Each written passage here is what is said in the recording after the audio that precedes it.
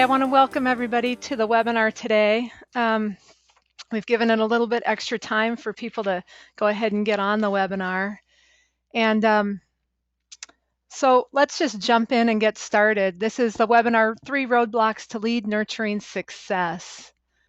A little bit about Genoo. Genoo has the most comprehensive and affordable marketing automation and web marketing system available to small and mid-sized businesses.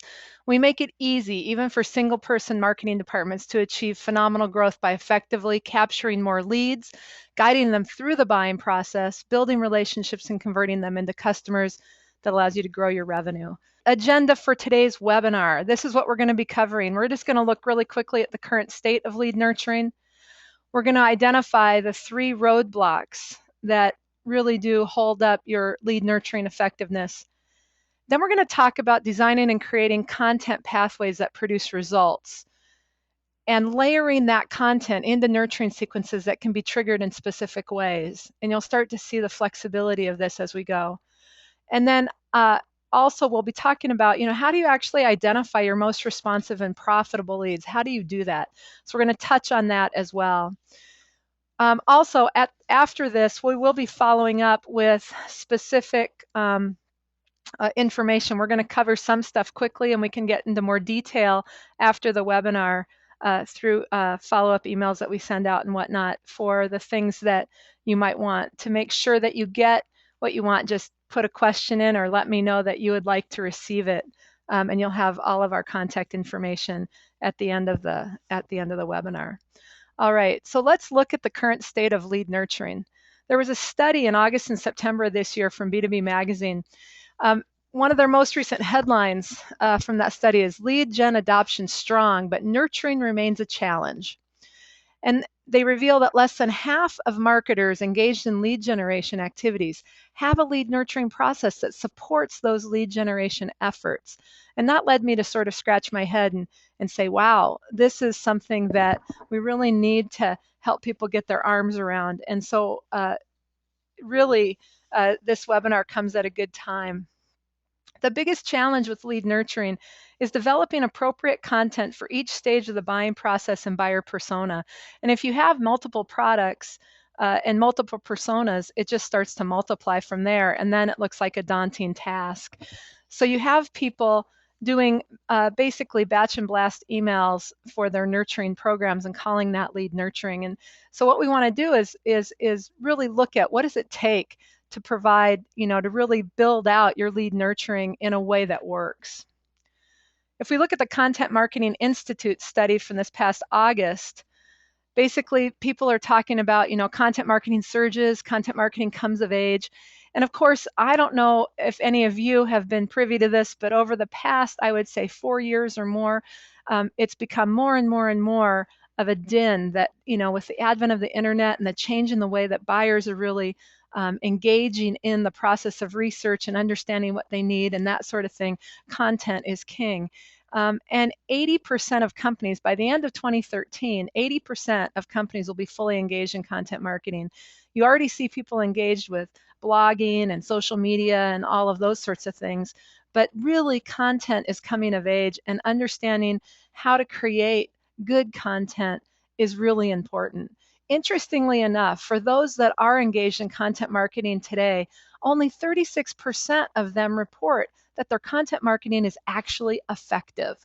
So we want to talk about that, because what we're going to share with you today is a process for really looking at how to build the content, what we'll call content conversion pathways, and why that appears to be missing right now, but it really is something that you can leverage to move forward in your marketing, online marketing efforts, both from a lead gen perspective and from a nurturing perspective, because lead nurturing really does require good content, but not just content.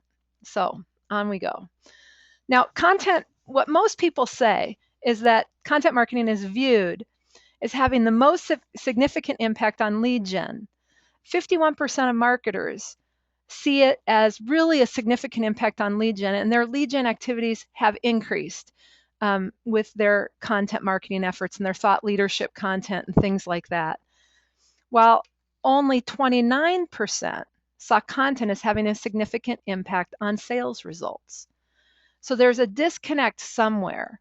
So if you look at lead gen effectiveness at the top of the funnel, marketers are focusing on creating and generating content, syndicating that content, getting it out to their target audience, and it is generating more leads. It's working.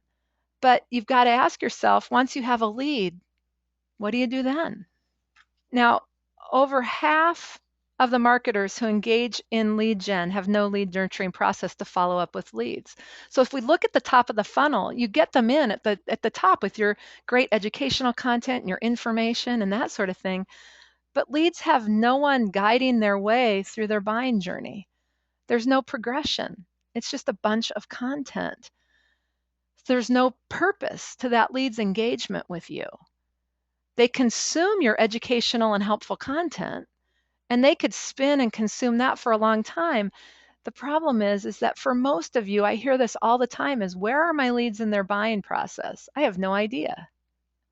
So leads may continue to consume your content, but without any guidance or any purpose to that engagement. They just spin and rotate at the top of the funnel, and every now and then you get lucky with somebody who says, hey, can I have a conversation with you? Or they take some action that they've decided, that they're ready to take.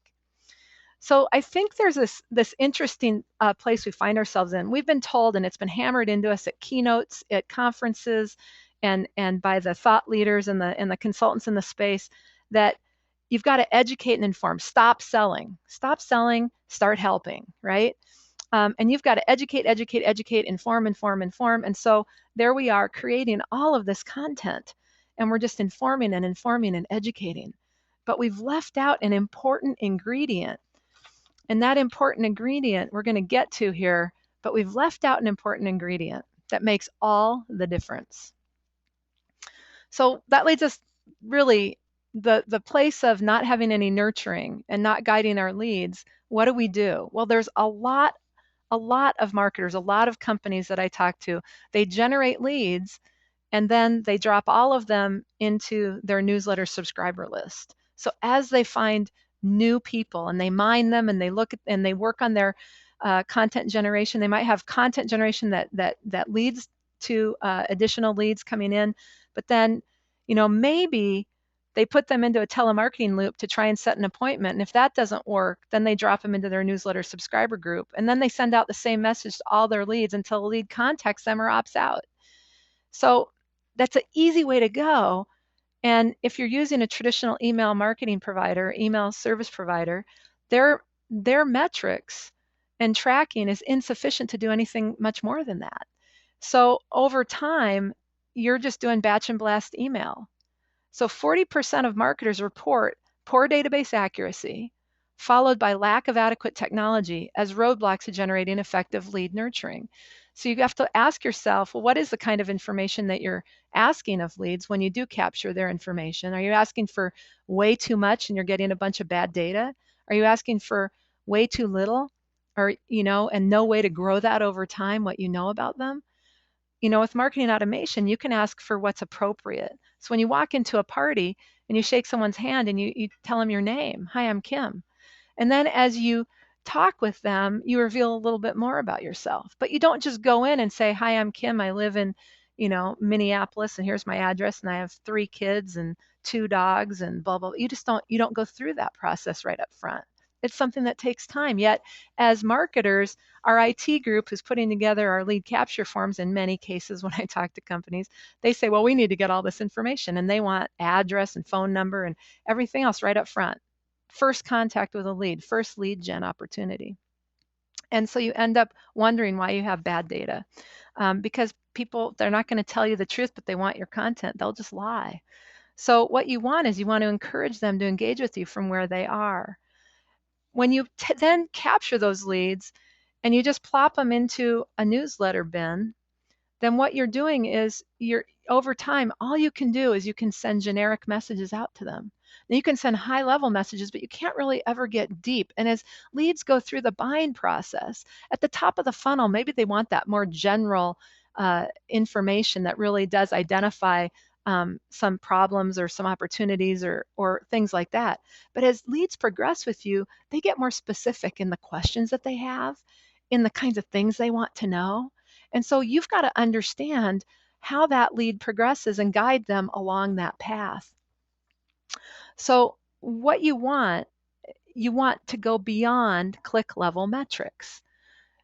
And at Genoo, with our tools, you have the full ability to track everything a lead does when they engage with you, the full activity stream, so that you can see this is how many page views they got, an email here, they clicked through that email, they went to these other pages beyond that click, this is what they actually did. So that no matter where you are with deciding how you're going to do lead nurturing, you don't have to necessarily think it all through up front, but if you have really good metrics that show you depth of engagement and interest, you can start to design content that's going to hit because you know what people are ultimately looking at and what they're interested in. So let's take an example. This is an actual example of what I received from one vendor between April 24th and May 13th, all of a 20-day period. I received how to get the emails, and these were the headlines of the emails, the subject lines. How to get the most out of your business blog, the science of lead generation, learn the science of analytics, website maximization for maximum lead flow, learning SEO from the experts, mobile marketing done right, your guide to video marketing, turn prospects into evangelists with social media. So I got these, and it didn't matter if I was interested in getting the most out of my business blog and I clicked through. I didn't get more information about business blogging. I got learn the science of analytics next. So I got these in a 20-day period, and if that isn't drinking from a fire hose, I don't know what is. Because I know as a marketer, all of these things are important, but it's like everything is a one-off hit. So they were actually just batch and blast emails and very high level surface content, which is fine, but there's no clear pathway for me to further engage with this organization. So I can consume any of these, but I don't get more on a subject. They don't say, wow, this person's really interested in business blogging. Let's take and think of all the things that you got to know about blogging to have your blog be successful. So you could really go into depth there in ways that are bite-sized and spoon feed that and achieve an outcome and guide people. The content doesn't guide leads, and that's your next roadblock. You're not taking people into their buying process, then they scatter in your funnel. There's no clear pathway, okay? So then the third roadblock, you can't identify your most responsive leads. You're sending emails out, people are clicking through. Who are your most responsive leads? Where are they in the buying process? Most people I talk to don't have any idea. How do you know a lead is ready to pass to sales? Have they downloaded a white paper, an ebook? Sometimes one download of a white paper and you're getting a call back from a salesperson. And it was the first time you ever had any interaction with that company. And the thing is that's just such an expensive way to go from a sales perspective, to take every inbound lead and try and touch them, when the majority with a considered sale or purchase requires 9 touches before they're actually even maybe ready to talk to somebody. So people attend a webinar, they look at your pricing page, maybe they have several visits to your website in a week. Does any of that qualify them?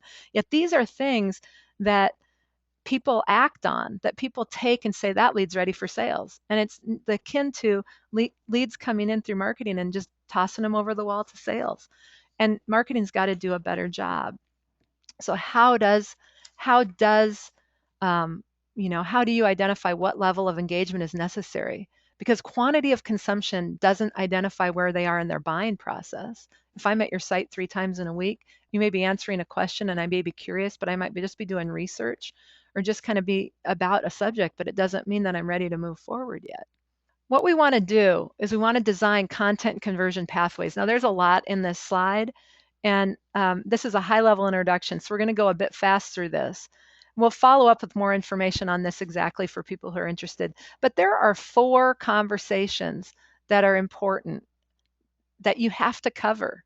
Most with the newsletter, and you drop them into your newsletter, deal, that's a stay in touch conversation. So you're only dealing with this one layer of stay in touch conversation, okay?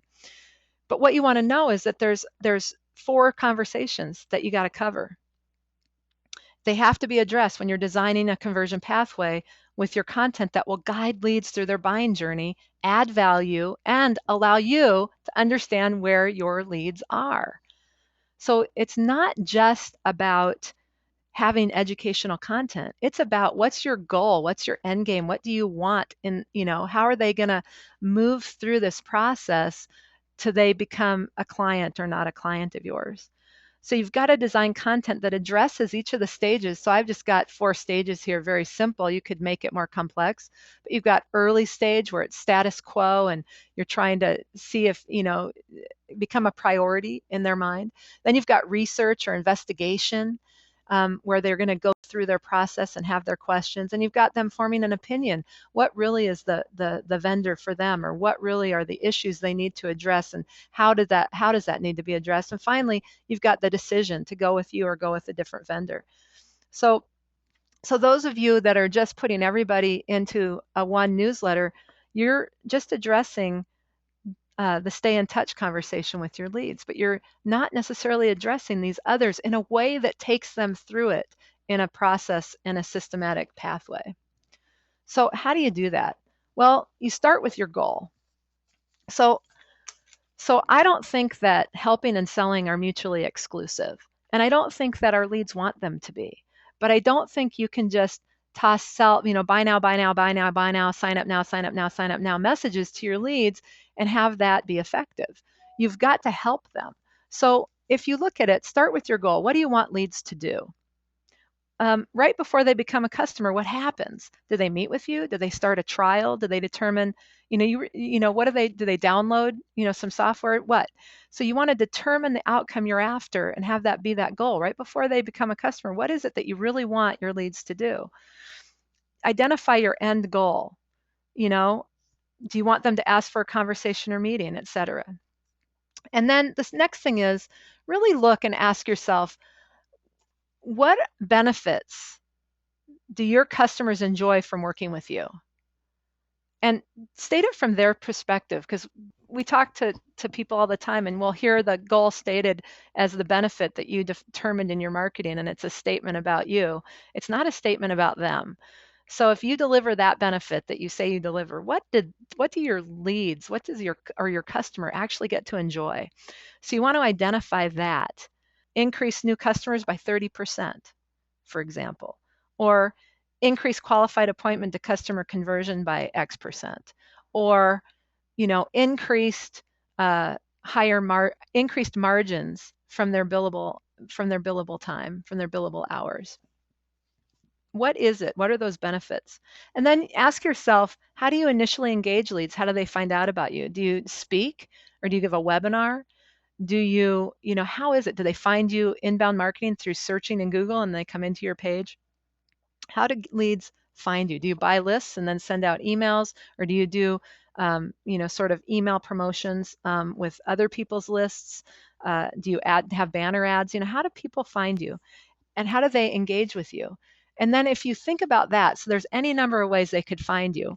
What's a headline born out of a benefit identified in step 2 that might engage your target audience? What would that be?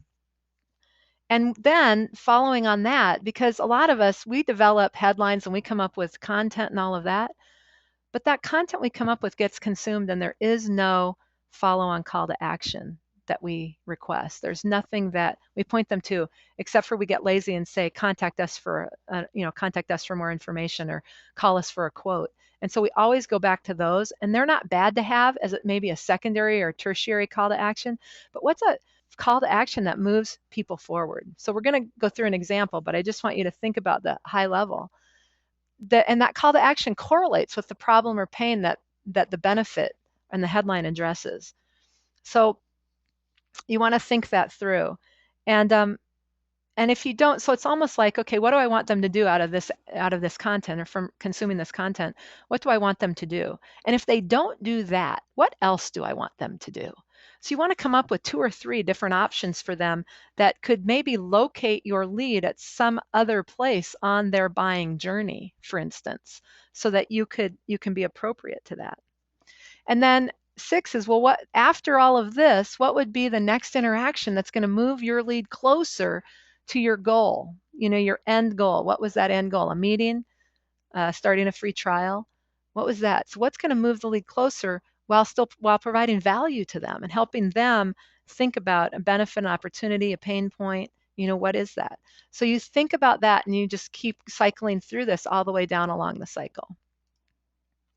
So let's look at this.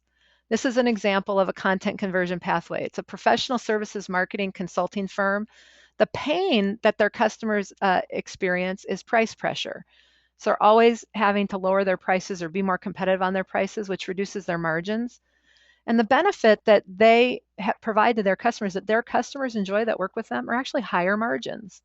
So their customers are less price sensitive or influenced by having to reduce their pricing.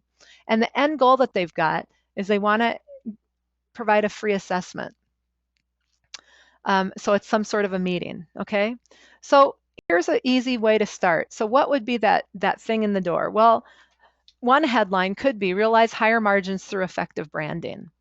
And the call to action would be download our free branding checklist so that you can walk them through how to do that, how to evaluate where they are right now and where they could go that might help them realize higher margins. The second thing is, check out a video of our partner answering common questions about branding. Now, if we go back up, I'm just going to go up a few slides back. We go back up here and we say questions. Well, early on in the stage, you have high-level questions. High-level questions that could be answered. And if you know what those questions are, you could come up with different ways to answer them. You also have an emotional conversation around, where are the emotions at? Well, in the early stage, leads want to find out, well, who are you to work with? Are you kind of pushy? Are you somebody that I like? And they're just looking. When you walk into a store and you're just checking things out, a salesperson comes up and they say, can I help you? And you say, no, I'm just looking, thanks. So that's what they're doing. They're not particularly committed to the process of changing anything, but they will examine high-level problems, can get their attention. So you can look at problems and identify them. You can illumine some pain point, or you can create some hope or aspiration. So you want to look at that early on, what are those things, and develop content that's going to help. So check out our video of our partner answering common questions about branding. Could be one that's early on, but moves people along, starts to answer questions. Learn how branding increases your margins. We have a webinar. You can, and if it's after the fact, you can actually say that, watch the webinar that we did on this, and they can watch a replay. Then you have a case study that they can take a look at that actually shows how one of your customers went through this process and actually achieved higher margins and moved where they might have been in price sensitivity before. Now they're actually realizing higher profits as a result of more effective branding. Then, are you stuck about branding because you need buy-in? So now look at where we are. So again, if we go back up to this process, you're in this place where you might be wanting, you might be right in here where you've got questions that are specific. They're specific about that opportunity. They're like, well, I would love to be able to move forward with branding, but how do I get buy-in to get the dollars or the budget to do that? So you're looking at, are you stuck because you need buy-in? Well, share this video of our client telling your partners why this is important. So it's our client. It's someone that is going to share their experience of working with this firm. So that's what you're going to have. So that's like a client talking to a client. That can be super powerful, but you're now starting to build trust. You're starting to show through that, through case studies and through that call to action, they're further down the pathway. Somebody like this question isn't one that would be way up here at the beginning. It's much further down the road. And then as you move into, right before somebody moves into wanting to engage with you, they start to have more fear. So they fear bad decisions. It's an emotion when they start to form an opinion and then start to decide, well, I'm going to make a commitment. I want to make sure I don't make the wrong commitment, or I don't commit to the wrong vendor or make the wrong selection. So I've got to understand, where that person is. And if I can do that, then I can see that there are very specific questions that start to come up right in here before I'm going to make a decision. So that fear kind of raises its head is a good thing. It kind of tells you where people are, because up in here, there's no fear early up in the stage. You're just doing research. There's nothing at stake here. But as you get further down, there's a lot at stake. And so you want to be able to address those conversations.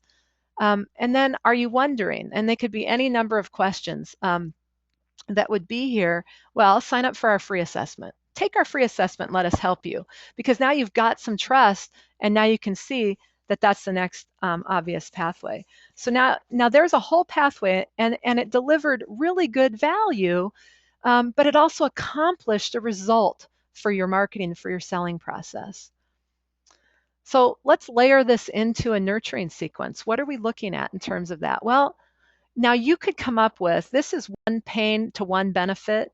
You could come up with many different benefits that your customers enjoy. Maybe you'd come up with 5 to 7 benefits. Maybe it's 3 to 5 benefits, but they're core benefits.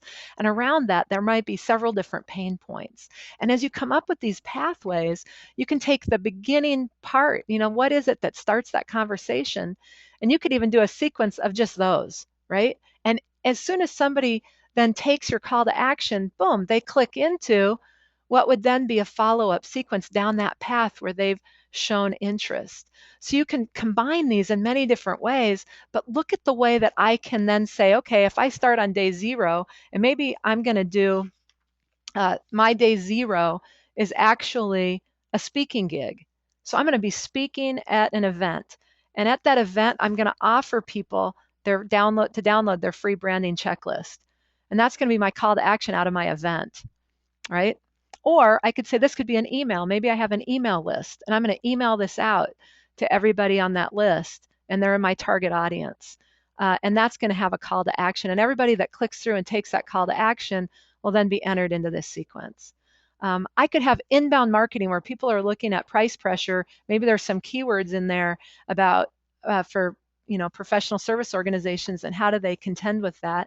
And maybe I've got a search engine optimized page, and I'm going to bring them into that, or I'm going to buy some AdWords, bring them right into a landing page that answers this question. And then through there, they're going to take those who sign up and take that call to action. So it's going to be a lead gen, and it's going to trigger right into my follow-ups. Okay, so I can then also have cross promote. So I can go and offer them something that actually takes them to another one of my pathways, right? So I'm only going to have so many pathways. But once I know those pathways, there's all kinds of different benefits and pains and questions that come up. And so now I've got this really focused way to generate and develop content and different ideas around what we can do, whether those are videos or webinars or podcasts or blog posts or download checklists or reports or ebooks.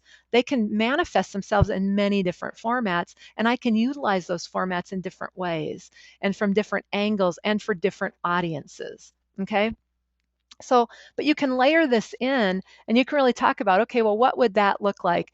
And you can see here where we've kind of just done an even distribution out over approximately a month period. But you can look at it. Is it one a week? I mean, one of the things that we look at, and I've said this before, and that's why it's not in this webinar because it's in other presentations that I've done, is the frequency with which you would do nurturing. And so we've got, there's a couple of different things you can look at on our site even that are presentations that walk you right through how frequently to nurture leads. We think about the Fibonacci sequence a lot because as human beings, when we're really interested in something, we want to know about it right now. But then there's this other kind of thing. So that's how this layers right in. And then you start to see, well, is this a landing page? And how are we going to do that? Once they're on here, is that our YouTube channel? And we're going to pull it through on a landing page. And, and there's all kinds of ways that you can then promote your content and guide people right into where they are, guide them right into your pathways, and then take them by the hand and lead them right through till you have that meeting or that end goal gets realized. That is the beginning of what your sales process is, if you will. So now let's talk about how do we identify your most responsive. So again, pulling reports that allow you to see most responsive leads based on email clicks, page views, or activity score is easy with marketing automation tools like Genoo has and other marketing automation tools. It is very difficult to do this with an email service provider, like a Constant Contact or a Vertical Response or anything like that. It's really hard to do because they don't track nearly what you need to track to know where leads are and who's most responsive. But if you can pull reports that just show your most responsive leads and give you different ways to slice and dice, you're in a different position. So if I can take information and understand and sort based on different things, I can start to see who are some of my most active and most responsive leads. And then I can click through and actually look at a specific lead at their entire engagement profile with me. So I can actually start to gauge that, and I can make that information available to my sales team so that they can design their interactions as well. Because if I design these pathways, so let's just back up just a little bit. If I design these pathways, and at every point I also offer a free assessment so that people can jump to where they might want to be. So I may offer calls to action that move people further along in the process. Then I want to make sure that if I'm going to hand a lead that I've been doing this with off to sales, I want to make sure that sales is going to pick them up in a contiguous way, in a way that makes sense based on what that lead has experienced from us to date. So I have got to be coordinated with sales in order for what is happening here in marketing and what we're doing to build this conversation and to guide the lead so that when it hands over to sales, that they actually pick it up and it is a seamless experience from that lead's perspective because they're experiencing your organization. So what does that have to look like? So I want to be able to identify who are those people that are really likely to be ready for a sales conversation. And I want to be able to hand those leads off to sales in ways that sales can really forward. So I want to be able to arm sales with the information that they need, not just here's a lead for you, but I want to be able to arm them with the information that says that sales can look at and say, wow, these are the things that they have gone down. This was the pathway that they were engaging us through. So this is what we're going to go forward with, and this is how we can engage them and find out more and take this forward to produce that result. So so you want to have easy ways to take all that data and track. So an example, and I did a seminar for the Digital Marketing Summit in late September that talked about targeted and segmented email um, marketing. And what it did was it looked at it from the very beginning standpoint. You have your emails, you may be just doing batch and blast emails. That's what you've got. But if you can get metrics that go beyond the click, then you can actually start to look at how leads are engaging. So I'll take an example that's actually a school, a continuing education organization out of Virginia that took or had emails, and they would just send out mostly a batch and blast sort of an email to everybody, letting them know a new term had started and it's time to register for classes. And what they found, if they would have just looked at the metrics, so they have personal enrichment classes and they have professional development classes. And if they always thought that professional development and personal enrichment were two separate animals. You never mixed them. Now, they did a test in a big email send. They had an open spot in their email down in the lower right corner, and they basically put, and it was all professional development classes, but they put a personal enrichment class. They actually put in a sewing class. And what they found, interestingly enough, they weren't expecting it to do anything, but what they found was that was the second most clicked link in the email. It's the second most clicked link, yet nobody registered into a sewing class.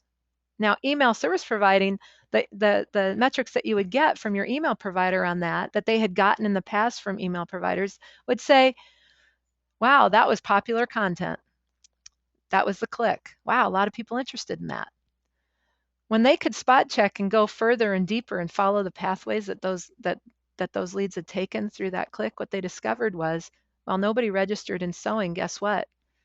They had registrations into much more expensive professional development courses, like a grant writing class. So instead of a $20 registration into a sewing class, they got a $3,000 registration into a grant writing program. And it all started from somebody clicking through the sewing class. So they started to say, well, wait a minute, maybe our assumption that nobody clicks through, that personal enrichment and professional development are mutually exclusive. Well, maybe personal enrichment's a pathway to professional development.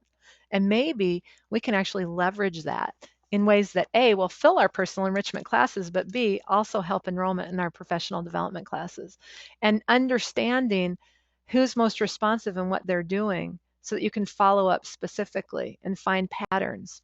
So that's what you get when you're looking at this from a more holistic standpoint, when you actually have the available metrics that take you way beyond just one campaign or one email or just emails, to see web visits, to see downloads, to see the ways that they're engaging with you. What are the visits in between the emails that they're getting that they have? What are all the ways they're consuming your marketing materials? So that leads you to much more effective content development strategies as well. So let's see if we've got any questions today. So far, I've got no questions coming in. So if there's no questions coming in, I don't really have a whole bunch more content. I wanted to talk to you about how you can really think about and map through content that takes leads by the hand and not only provides that educational value, but also provides, that can engage, but also provides and meets with your expectations in terms of what you're out to accomplish as a marketer. All right, well, I want to thank you very much for being on the call. And again, if there's any questions, you can email me directly, kim@genoo.com. You can follow me on Twitter @KimAlby. I'm also out on Google+, and you can follow me there or also on LinkedIn, and I'd be happy to connect with any of you there. So at this time, I want to thank you so much for your listening and for tuning in. Here's to more effective lead nurturing.